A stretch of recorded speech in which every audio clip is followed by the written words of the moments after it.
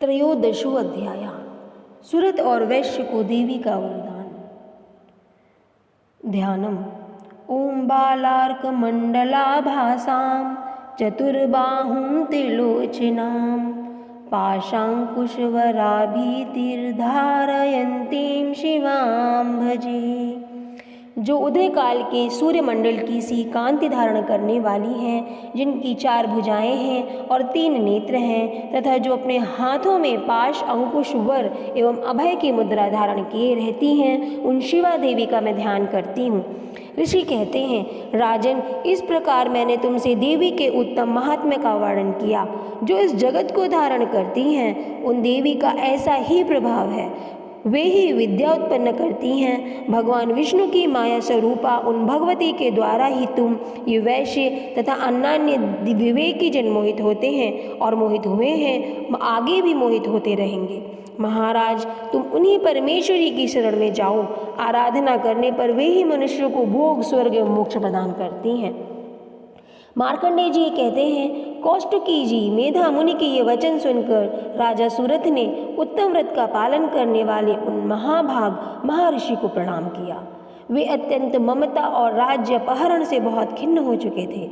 महामुनि, इसलिए विरक्त होकर वे राजा तथा वैश्य तत्काल तपस्या को चले गए और वे जगदम्बा के दर्शन के लिए नदी के तट पर रहकर तपस्या करने लगे।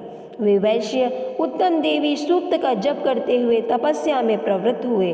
वे दोनों नदी के तट पर देवी की मिट्टी की मूर्ति बनाकर पुष्प, धूप और हवन आदि के द्वारा उनकी आराधना करने लगे। उन्होंने पहले तो आहार को धीरे धीरे कम किया, फिर बिल्कुल निराहार रहकर देवी में ही मन लगाए एकाग्रता पूर्वक उनका चिंतन आरंभ किया। वे दोनों अपने शरीर के रक्त से प्रोक्षित बलि देते हुए लगातार 3 वर्ष तक संयम पूर्वक आराधना करते रहे।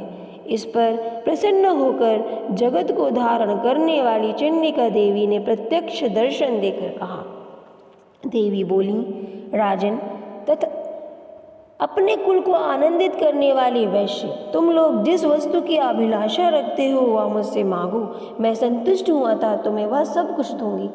मार्कंडेय जी कहते हैं, तब राजा ने दूसरे जन्म में नष्ट न होने वाला राज्य मांगा तथा इस जन्म में भी शत्रुओं की सेना को बलपूर्वक नष्ट करके पुनः अपना राज्य प्राप्त कर लेने का वरदान मांगा।